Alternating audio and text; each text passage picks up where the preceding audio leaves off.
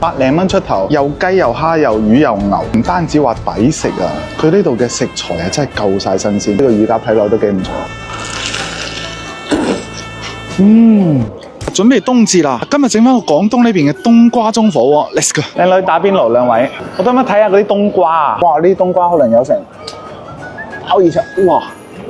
有成可能有幾廿斤重啊！全部都係嗰啲三水黑皮冬瓜。咁一隻瓜可以做幾個煲啊？3隻到咋？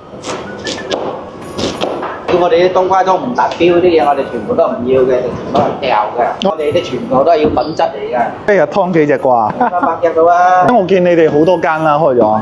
14間啦已經啊！細鳩你。呢個就係廣東呢邊特色嘅冬瓜盅啦，雞骨、雞肉，求其擺得啦。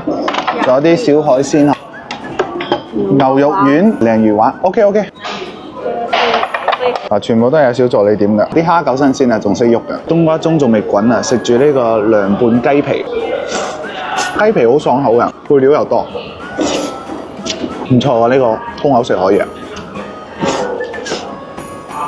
冬瓜盅麵膜，雞骨擺晒落去，熬啖湯先。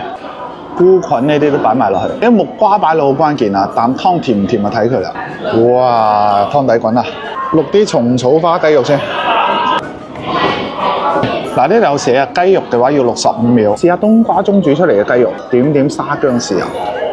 居然呢個冬瓜盅煮出嚟嘅雞肉係甜㗎。另外煮咗幾隻蝦得啦，呢幾隻蝦都幾大隻㗎。剝殼嗰陣咧，感覺呢個蝦肉已經係好彈手㗎啦。冬瓜盅煮出嚟嘅蝦肉啊，更加鮮甜。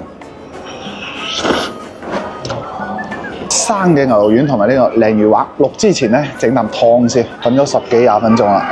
木瓜要試下，食材俾得夠多啊！呢啖湯真係好濃。呢啲牛肉丸同鯪魚滑都得啦。其實我哋呢邊嘅牛丸我都覺得好好食下，只要夠新鮮，係有俾少少陳皮落去嘅鯪魚滑。呢個乳鴿睇落都幾唔錯，但係呢個皮啊拋得幾鬼靚。滿口汁水啊！嗰個皮啊好香脆啊！冬瓜盅隱藏食法，將啲冬瓜肉切晒佢落去。